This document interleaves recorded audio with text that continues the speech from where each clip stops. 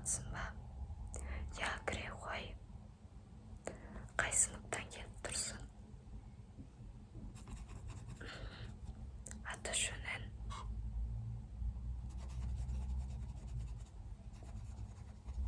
Я, жақсы, отыра ғой.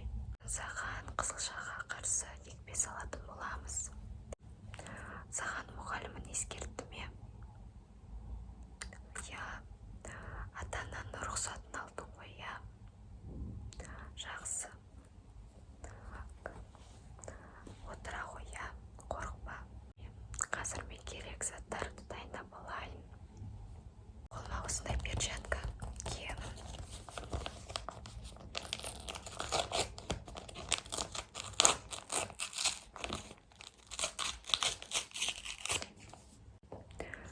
Мен екпені қазір ауыртпай саламын. Киіміңді көтере ғой, иығыңа саламыз ғой. Я, осылай. Қазір саған көмектесіп жіберейін. Киіміңді көтер. Я, қазір бізге кедергі келтірмес үшін. Молодец. Саған екпені соңғы рет қашан салды? Ол кезде қорыққан жоқсың ба? Жарайсың.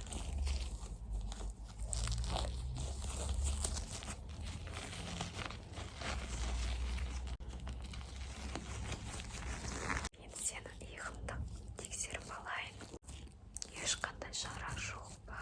Я, жара жерге ешқашан екпе салуға болмайды. Осылай. Жоқ, сенде барлығы таза.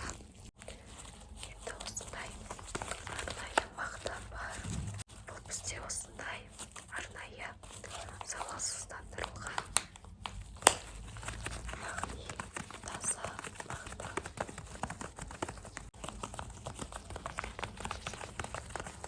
Қазір осынан 3 мақта аламын. Бірінші мақта, екінші мақта және үшінші мақта. Екпе жасайтын жерді міндетті түрде 3 рет сүрту қажет. Енді бізге спирт қажет.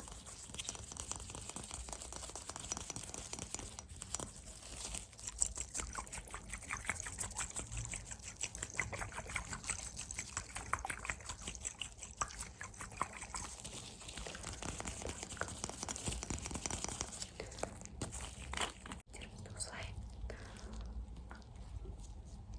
спиртті аламыз. Және де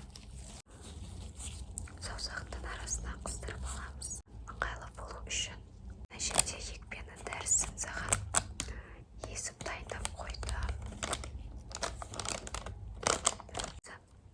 Бұл егілік шприц. Сондықтан қорқатын түгі жоқ.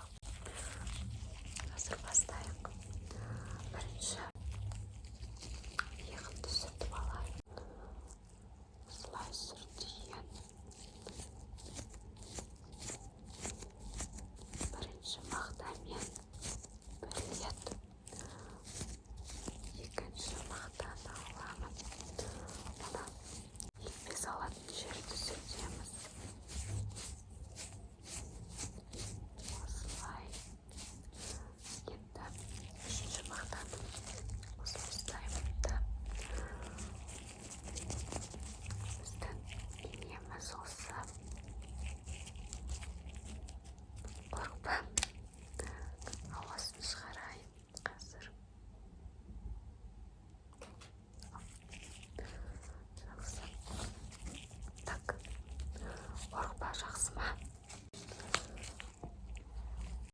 Қорықпа. Мен сенің қасыңдамын. Так. Қорықпа. Мен сенің жаныңдамын. Так, сүртем.